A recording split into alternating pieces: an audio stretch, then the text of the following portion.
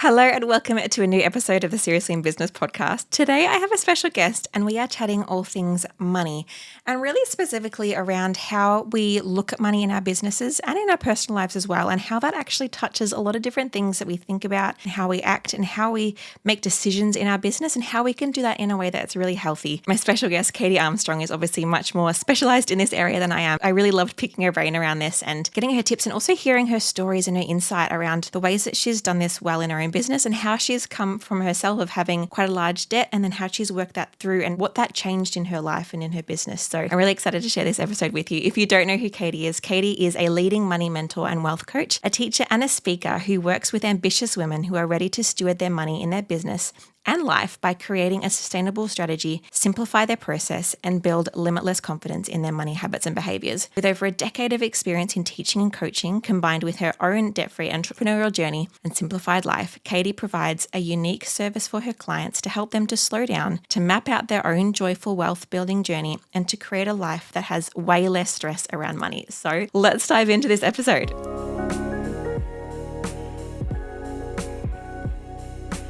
So welcome, Katy, to the podcast. Thank you so much for joining me. Thank you, Jacqui. I'm so happy to be here. I'm very excited for today's conversation, but I always want to start with a question around just what does your everyday life and business look like? So we can get a bit of an insight into your life from like when you get up to when you go to bed. What does an average day look like for you? Okay, perfect. Today was not an average day. I just want to say. So I'm going to think about last week. This week, my kids, I have two kiddos, 9 and almost 7, and they're on a winter vacation. And for the last 2 days, my husband and my son have been sick. So today was like one, and I know, yeah, like all the mamas are like, okay, I know what that feels like. Today was the first day when they were all out of the house. They were all feeling better. So my husband took the kids for the day, and I have been just getting a lot of things done. But again, not a typical day. So normally it's all about like mama time in the morning, getting the kids ready. They get on the school bus at the end of our driveway. And basically from about 7:45 until 3:30 is a working day for me. But I usually take a couple of hours to get into actual work. So we live, you can kind of see behind me if you're watching the video. We're, up against the woods, and there's a beautiful walking trail by the river just back there behind me. So I usually do a walk in the morning, or some yoga.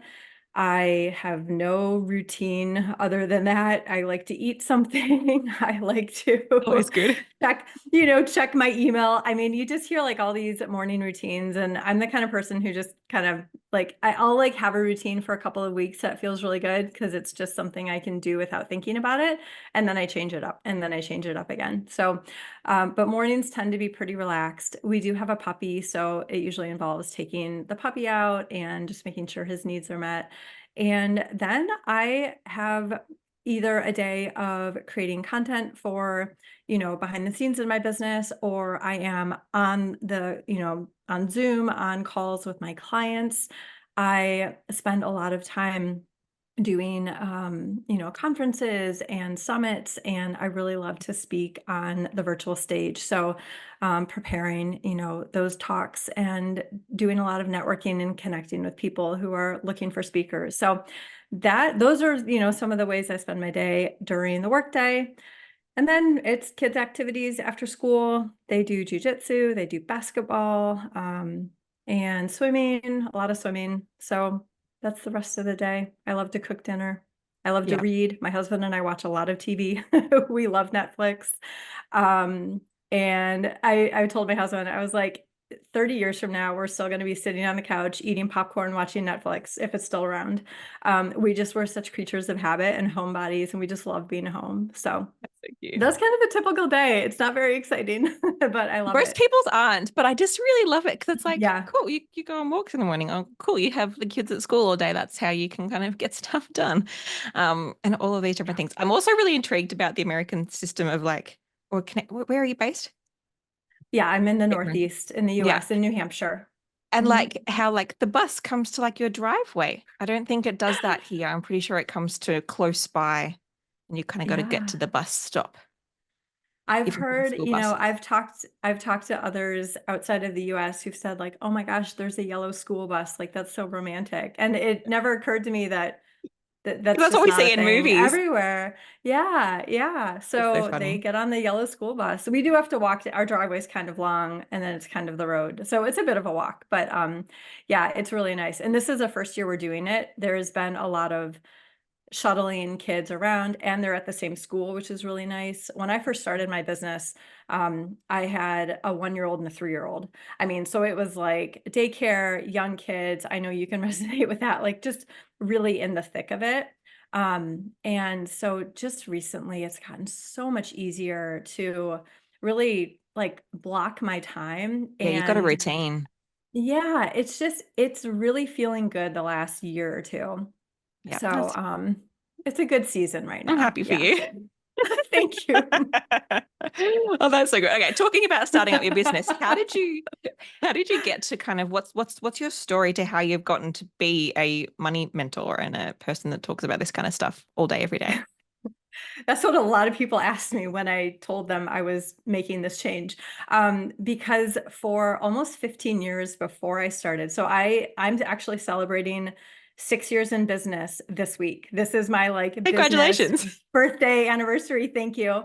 And so back in 2018, I was wrapping up a yeah, like decade and a half long career as a high school teacher. So I was a high school Latin teacher and a coach, a dorm parent, college advisor. I coached multiple sports and really like, and I worked in private boarding schools here in the US, which means I had days where I was working from 7 a.m. till 12:30 a.m. the next day. And it was okay for a period of time, but eventually it just really wore on me. And having 2 young kids, the days, the hours, I mean, all of it was just a lot. So I loved the work that I was doing, but there were so many times my husband and I kind of looked at each other after a really long week and he'd say, and with love, he would say something like, "Isn't there something else you can do?" Kind of like this, you're good at a lot of things and it feels like you are just giving so much of yourself all Mm. the time. Isn't there something else you can do? And luckily, there was something else I was interested in. I was raised by an entrepreneur. So I kind of always had in the back of my mind, like, you need to start a business someday. Yep. And I, turned 35. I had 2 young kids. I was stressed out at work and I was like, oh, I think this is someday. Like, someday is today. Some days If here I'm going to now. do this, yeah, it's here. Like, it's time to do something. And so the reason I chose money and financial coaching is because a decade prior, or nearly a decade prior, just about exactly, yeah, 10 years prior, I was really, really, really stressed out about money. I live in the US where credit card debt and student loans and just general like personal debt in general is really, really stressful on average for right the average American. And I was no different. So I had some student loans. I had quite a bit of credit card debt, all totaled probably $40,000 in debt at the age of 25. Mm. And my teaching job was not paying me that much even annually. So I was in this place where I I'd read the books about money. I had a pretty healthy mindset that someday things with money would be going well. But again, just like starting the business, I kind of had this moment one day where I was like, wait, someday is now. Like, I'm kind of a grown up now. I am living my life now, and it's stressful now. And I didn't see how it was just magically going to be like abundant and going well someday without making a change. Mm. And that experience for me, I think, is a big part of why today I teach my clients really practical next steps with their money. I tend to shy away from, and maybe that's not the right terminology to use here, but I'm not as excited about manifest millions, affirm your abundance, like, because that really wasn't what worked for me. And it hasn't worked for my clients to a point, right? So there's a lot of sort of next steps and really just getting comfortable with your money that has Mm. to happen first. And that's what I experienced in my mid-20s. I found a strategy. I had to go to the library and check out a book, right? There was no YouTube. This was back in like 2008. There wasn't YouTube, there weren't blogs even really yet. So in order to figure out what do I do with my money, I had to read books. So I started reading books again, and this time with the intention that I needed to pay off my debt. And I really wanted to just feel more informed and empowered around money. So that's what I did. And in about 18 months to 2 years, I wish I had tracked it better. Had I only known I was going to be using this for content. That would have But been so much helpful. oh, that's so amazing. But I have a pretty good idea of my numbers because I was like so in it. I was so in the thick of it for those months over and over and over, making those extra payments towards everything. And I'll tell you, like, a couple of months in, I was so excited. Like, I had this competitive spirit already, right? I was a collegiate athlete, I was a coach. Like, I liked to perform well and to win.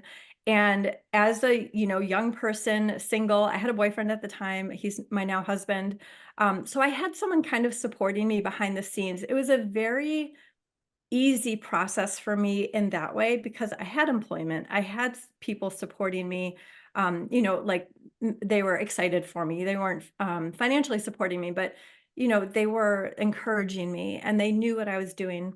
And in a couple of months' time, like I really felt that momentum and I really saw a change because I actually did something with like a real live end goal. And in less than 2 years, I paid everything off. Mm. I didn't just work my teaching job. I did pick up, nannying gigs, like, over the summers, I would pick up a whole bunch of odd jobs, and then I actually left teaching during this period for 1 year, and I picked up every odd job I could, and that was the year that I paid a significant portion off, and then I actually went back into teaching for another 8 years, I believe, at that point. So I was able to really fast track my process, and anyway, this story's getting very long, but it was an exciting time for me, and the reason money coaching became so important to me was because I saw that changing how I was behaving with my money was actually a catalyst for changing how I showed up in my relationships, how I was taking care of myself. Like my health wasn't terribly great in my 20s and just going to work, like how I was showing up at work. So many things changed for me when I started to pay attention to my money and really have a healthier relationship with it. And I just couldn't not help other people with that. Like that seed was planted back then. And so when it was time to start a business, I was like, okay, help women with money, done. Like it's easy. I could do that. I can do Why do that. you think the relationship with money did impact all of those other areas of your life as well?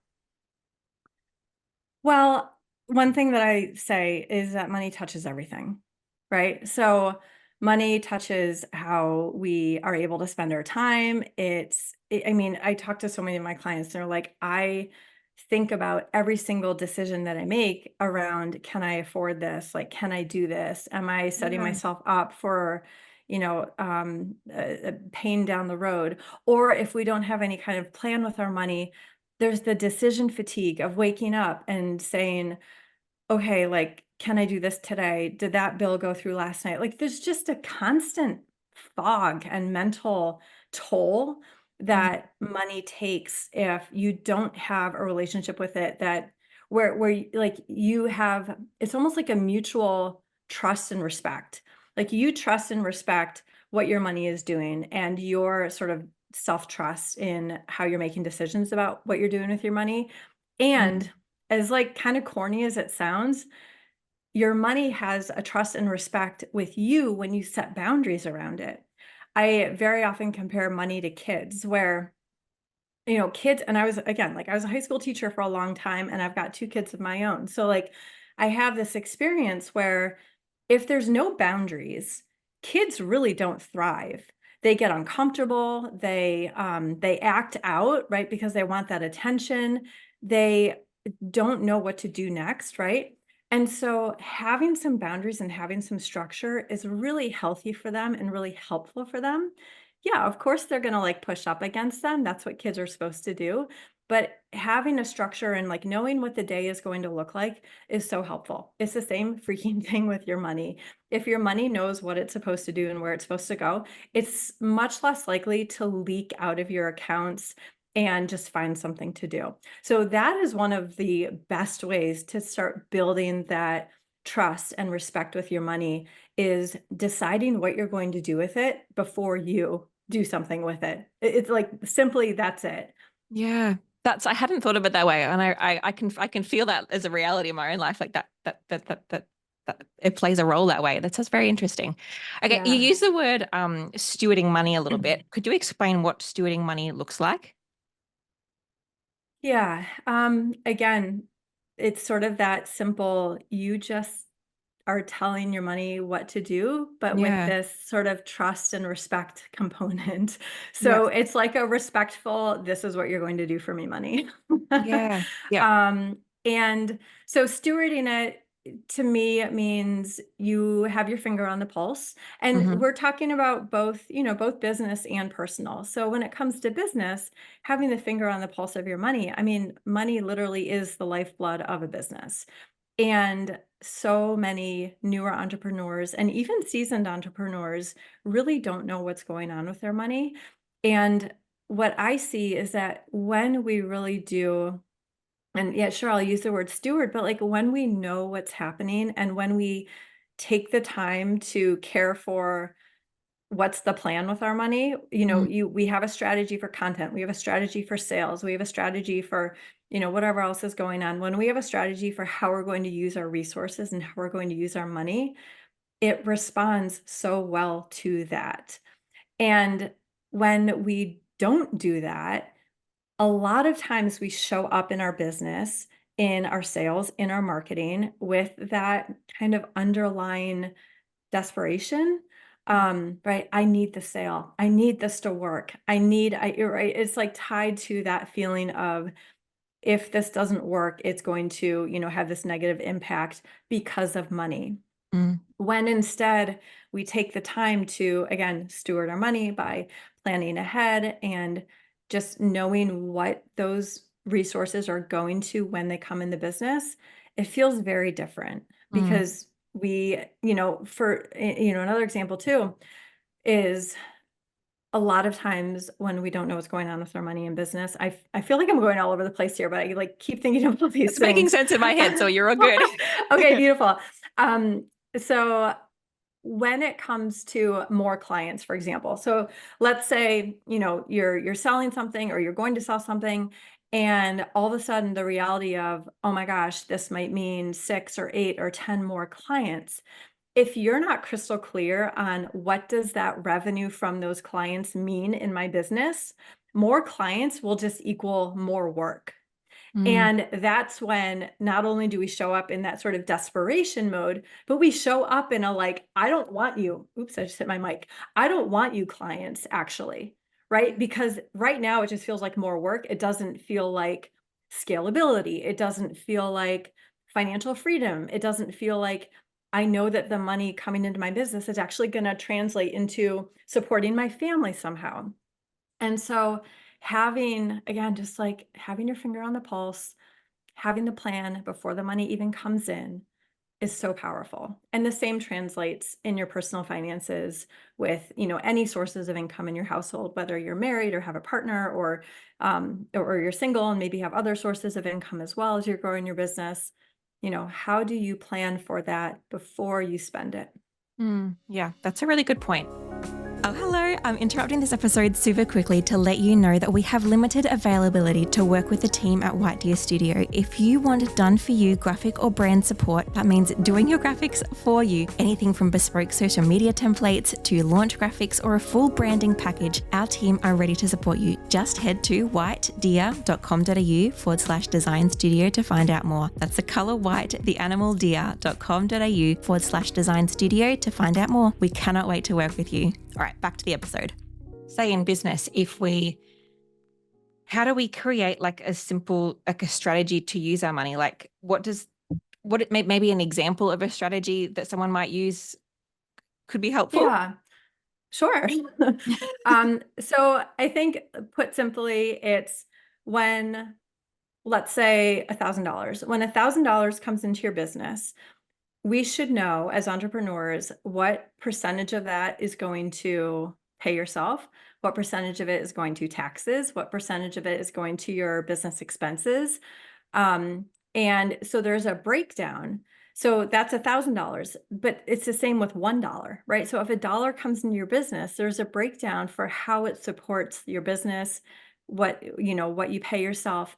And I think what happens with a lot of entrepreneurs is instead of mapping that out ahead of time, they say, okay, I want to do those two things. So I'm going to manifest that amount of money. And then that money comes in and it goes right back out to do those two things.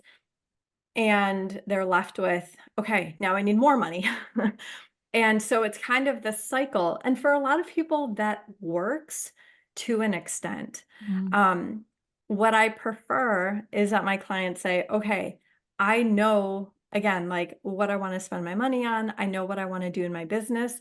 Here's the revenue that I want to bring in so that it is covering those expenses, paying me, right? And you're just looking out ahead 90 days instead of 2 weeks, or okay, I need to pay this invoice, so I need to bring on another client this week, so that we've got maybe a 30-day buffer, a 60-day buffer, where as soon as money comes in, it doesn't have to go right back out. Mm. So the strategy, again, simple strategy for businesses, can you get 30 days ahead? Can you get 60 days ahead in your business, where you were recording this in February, instead of money that comes in February has to pay our expenses for February, all the revenue that comes in February might be earmarked for March or April, right? We have time Mm. to plan that money. We have time to plan what we're going to spend on based on actual revenue that comes in. Mm. So I know a question that comes up for a lot of entrepreneurs is, well, my income is irregular. Okay, that is like even more of an argument for why we need to give ourselves some spaciousness and plan ahead a little bit.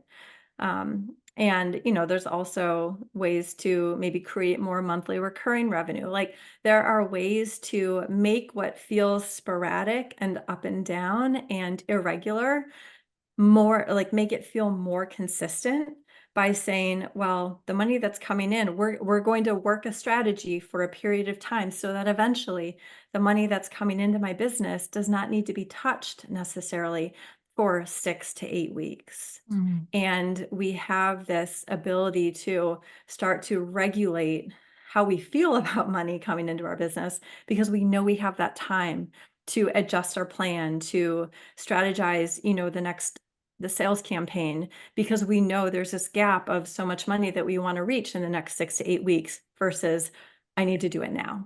Mm. Yeah, that's a really good point.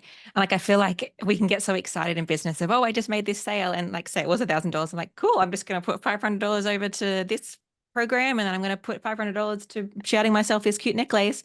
And it's like, well, cool. Did you think about all the other bits? Like, you're not actually getting Right. $1,000 from $1,000. You're getting like, yeah, there's tax and GST. Well, that's for Australia, and all the Yeah. other business Yeah. expenses take so much out of that first. What's actually left? And is there a wiser way that you can spend that money or not spend that money to, yeah, have it be more of a long-term solution rather than just, yeah, just, I guess, acting on an impulse every single time we make a sale. Yeah. And there's so much room for, having things that you're excited about and even some impulse, Yeah. but it's really nice to, like, when you do make that impulsive buy, it's not followed up with like guilt or shame. Yeah. It's And actually, it's a so, long-term happy impulse buy rather than yes, that. yes, I shouldn't have done that. exactly. Yeah, and I think that's very true for a lot of people in their personal lives too. Mm. Something that I coach a lot of my clients through is like, especially people who feel like they are very impulsive when it comes to spending money, is like, okay, just like, and you can do this with business too. It's so easy to respond to other people's urgency, especially in the online space. And I just, want people to pay more attention to, what are you buying Mm. that like literally 10 seconds earlier you didn't even know existed. And a few clicks through Instagram and boom, you're on Amazon and you've got the thing. And so just being aware of that process. And before you hit like buy now, either put it in a wish list or just like wait a day. But if you come back once a week to your wish list, like literally, if all week you say, okay, this is something I want to get, I'm going to put it in the wish list. If you come back to the wish list every week, then you can say, okay, here's like this list of things that I almost bought. Here's what it totals. How many of these do I actually still want? And what's the grand total amount? And is there one thing that I have been not purchasing for myself for years because I think it's too expensive? Right? Like, I think that's Mm, something that's super powerful too, is a lot of people will say like, well, I can't buy the nice this or the fancy that because I don't, have the funds to either in my business or in my hustle. And it's like, well, how many $97 things have you bought that mm, you're like not using or 47 or 197, right? And instead, like, is there something that you really want that you can get excited about? And this is where the strategy and the stewarding your money comes into play. It's like you can get that fancy, expensive, fun thing, the quality, right? The high quality, and just, take a little bit more time and be aware of those sort of shorter span impulsive purchases that end up not really giving you any return mm. that you're desiring. So, Yeah, that's really great. And I feel like I also do that in business. Like I'll see like a really great ad on Facebook for like a program or a course or something. And while that course might be amazing, like 2 seconds earlier, that was not part of my strategy going forward. yes. And then I see this strategy like, Yeah. oh, Pinterest marketing.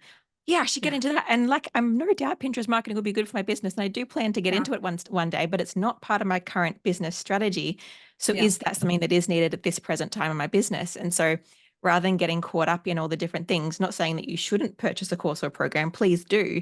But I guess, Yep. yeah, asking yourself those questions of, is this supporting my business at this point in the current strategy that I'm doing for my marketing or for my sales or for whatever this is?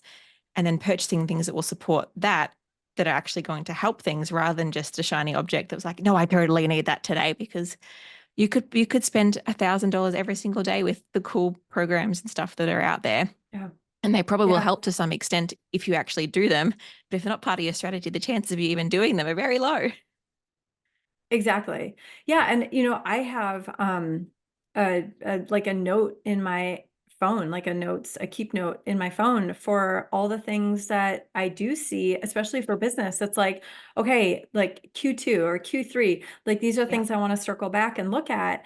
And good I think idea. for a lot of people, especially with the business stuff, it's almost like if I don't buy this now, I'm going to forget about it or I'm not going to see it again because I didn't know about it until 5 seconds ago. And so having the discipline and having a container to just put ideas and things that have sparked your interest, like who's the person selling it? What's the name of the program? Can you go follow them on Instagram?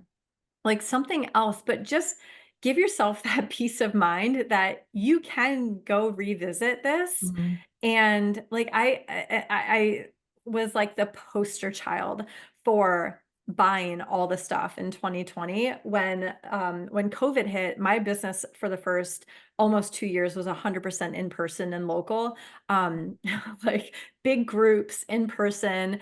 And so I shifted my business online in 2020 and I bought every course. I was in masterminds, inner circles. I was doing Facebook ads, Instagram, YouTube. I had a YouTube channel, Facebook group, like email campaigns. I bought all of it. And, you know, grown up CEO Katy has learned a lot. And I was in a position where I could do it. Like financially, I could do it, but the mental toll that it took on mm. me was significant, especially when I had a 5 and a 3-year-old at home full time. And I was like, I have to start a YouTube channel and a Facebook group. Like it was wild. YouTubing Um, with kids around is not super easy. So oh my gosh. interesting No, choice. it was not. It was not. I recorded everything either on weekends or at bedtime. It was Yep. crazy.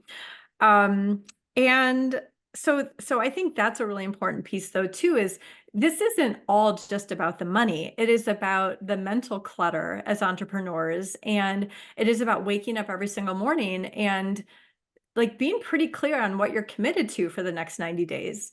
What is it that I'm actually working on? What is a priority right now? What is my strategy? Like you've said, like, does this align with my strategy? And if you can wake up with that kind of clarity consistently, that's where we feel just so, I think, empowered and confident in our decisions moving forward. And for me, paying off my debt all those years ago and just feeling confident that I could get through a month without putting something on my credit card, I actually became way less likely to spend money. Like Mm, the way I would heal from feeling really stressed out about money was to go shopping. Like that is how I would spend my weekends yeah. to feel better. And I've noticed just like over the years, as I've become more and more confident with money, and I mean, we're talking 15 plus years at this point, I that's not how I go have fun. I still enjoy shopping, but it is not the like escape, Mm, right? And I think the same is true as entrepreneurs. Like how comfortable can you get with the clarity for your business right now and your strategy? Because that is going to really help you navigate the financial piece a lot more too. mm. Yeah, that is such a good call. Because and yeah, and it goes back to what you said at the start of how everything kind of touches everything, and then it is intertwined to Yeah. some capacity. And like, yeah, if you buy when you buy anything, it's like if you buy a product, it's taking up room in your house and it's taking up space in your time to store it and to clean it and to look after it. Let alone everything that we want to do in our business. It's just all adds up and is all part of everything else. And so doing that, I guess, yeah, really intentionally, I guess, is the key to it all. Is being really intentional and knowing your plan with it. Yeah. I like And that. I'm a huge fan of decluttering. So like there's a lot of overlap there too. I Yeah. feel like they are, yeah, that they like all the Instagram accounts that I follow on decluttering, like, yeah, this is the kind of a goes hand in hand a little bit as well. Cause I think we Yeah. forget that, like, oh yeah, I've just bought this thing on sale for $5, but now that $5 thing is taking up space in your house and you've got to clean it. And then that's your time to then spend that time cleaning it. And therefore that time, especially as a business owner, is often money. And then you're Mm, spending more money on this $5 thing that you didn't actually really need in the first place. exactly. Yeah. Interesting. Exactly. All right. My last question is if we do feel like we don't have a great relationship with money at present, what are some practical things that we can do to kind of improve that relationship and kind of start our journey to better relationship with money and just doing that Yeah. better? Yeah. So I think a good place to start is, well, there's two things. One is if you haven't taken the time to really develop what it is you want your relationship with money to look like, there's a good chance that the relationship you currently have with money is someone else's relationship with Mm, money. It's a relationship with money that you have just adopted or borrowed based on what you've seen, whether it's growing up, whether it's a friend or a spouse or ex, mentors, teachers, anyone who has had any kind of influence on your life can rub off their relationship with money on you. mm, And I think it's really important to just recognize that. And so instead of like, kind of hiding in the I'm horrible with money, or I don't love my relationship with money, or I always do this with money, look at it and see if you can identify like, so like, where did this come from? mm, I had a really interesting conversation with one of my clients who, she said, for a long time, I actually felt like I was doing okay with money. Like I knew where it was going. I was making a plan for it. I felt pretty good about my choices. And even though I wasn't making a lot, this was before she started her business. She said, even though I wasn't making much money, like I knew where it was going and I didn't really worry too much about it. She mm, said, and then I got married and my husband had a really toxic relationship with money and it started to rub off on me. mm, And they weren't married terribly long. And after her divorce, she kind of took that relationship with money with her. And in our conversations, she realized, like, hey, wait a minute. I had a good relationship with money. I I'm had back. developed, yeah, like I had developed this relationship with money and it did feel okay for a period. And so it like by osmosis, literally, like this kind of new relationship snuck in and didn't go away with the ex-husband. So look at, what are my tendencies? What are my habits? What are the things I'm saying to myself? And why? Where is that coming from? So that's like the really boring work that most people aren't going to do. But I do encourage you to at least consider it, right? Maybe this relationship with money isn't actually your relationship with money. Okay. So the next piece is, what do you want your relationship with money to look like? And like, if you journal, if you like to walking meditate like I do, like let that be something that you think about. What do I want my relationship with money to look like? And just kind of like scripting that out, writing it out, thinking about it. How do you want to feel when you spend money? How do you want to feel about saving money? How do you want to feel about growing your wealth over time?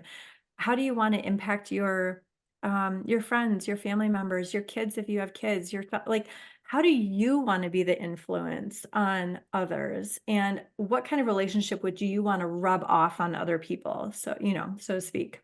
Mm. So, those are two, again, like not tangible, practical how-tos, but like really, really, really important questions to consider and look at first. As far as like, what do I do to increase or improve my relationship with money? It's increase the touch points with your money. So spend time with your money every week. And if, again, like you're not sure really what that means or how to do that, if you are an entrepreneur, which you probably are watching this or listening to this, um, what money is coming into your business this month? Do you know? Do you have a good sense of what kind of revenue is coming in this month? And if not, keep track. Just watch it for a month. And, in the same vein, do you know what you spend money on in your business? And again, if it's like, well, sort of, but I don't know how much, I don't know when, like just keep track. Just, start spending time with your money and get a sense of what is happening in my business or what is happening in my personal life. How does money flow in and out? For me personally. And the more touch points you have, the more comfortable you'll get. And then you can start putting those boundaries in the place that I was talking about earlier. And that's really where I think the magic starts to happen. But it has to start with knowing what's going on and having that sort of connection element, those touch points of just like literally hanging out with your money. Yeah, yeah, that's such a good point. It's something I didn't know. Even probably a year or so ago, I would just I'd be nervous for the expenses coming out because I'm like, I think Mm, I've got enough in here, but I'm not actually sure if I got enough in here. So I started kind of yeah, tracking my cash flow. I'm like, okay, cool. I can see that maybe I won't have enough money this month for that. Or actually, yeah, I've had a really good last few months and the cash flow is flowing through. It'll be fine. And yeah, actually knowing those things just creates so much more stability and calm in your own mind so that I guess you're then acting less out of that desperation piece you were speaking about earlier. So then it all kind of just flows a little bit easier and probably makes business more enjoyable as well. absolutely. And I think that's one of the like biggest surprises for a lot of people is when they actually do look at it, look at their money, look at the numbers, look at what's going on. It like two things happen. One is, oh, it's not as bad as I thought. And Yeah. two, wow, this feels really good. I mean, it's True. it's transformative for some to Mm. just know what's happening and not have like all the stories and questions and yeah, like the narratives that we make up just swirling about what is and what's not and Yeah, because I just think we have in our head having of like we're scared to look to get comfortable with our money and to get acquainted with it because we're scared of what we'll find. But at the same yeah, time, it probably won't be worse than what's in our mind if we're scared about it anyway. So knowing what is actually reality, you can 100%. then form a plan to get out of that rather than just wishing and crossing your fingers that it'll change soon. Exactly. Yeah, Exactly. that's so great. Thank you for sharing that. If we want to learn more from you or work with you, how can we keep in touch and get in touch? Yeah, well, a couple of great places to go are my podcast, Mm. Messy to Magnetic, which is on all the streaming platforms. And I'm also on Instagram at Katy_Almstrom. Beautiful. Thank you so much for that. Definitely get in touch with Katy. I think you'll, yeah, I think even just being around people that actually talk about money and have a good relationship with it and can give you a couple tips can even just help ourselves to, I guess, have our heads in the sand less and be like, actually, no, I can do this. An everyday person can work this out, and I can do this and Heck empower. yeah. Yeah. So Yeah, it's really cool. 100%. Amazing. Thank you so much for joining us. I really appreciate your stories and examples. And yeah, hearing your story was really cool too. So yeah, thank you so much. Thank you. Thank you, Jacqui. It was so fun being here. I appreciate you. So thank you for joining Katy and I for that episode. I hope you found it as useful as I did. Make sure you go and hit Katy up. She has so much goodness to share. And there is a free gift in the show notes as well from her. So make sure you check that out too. If you enjoyed this episode, make sure you give it a thumbs up if you're on YouTube, or a comment on YouTube, or a comment on Spotify, or just subscribe, or even chuck us a review, because it would mean so much to me and help more people to find this podcast. Thanks for listening, and I will see you next week for an episode. Bye.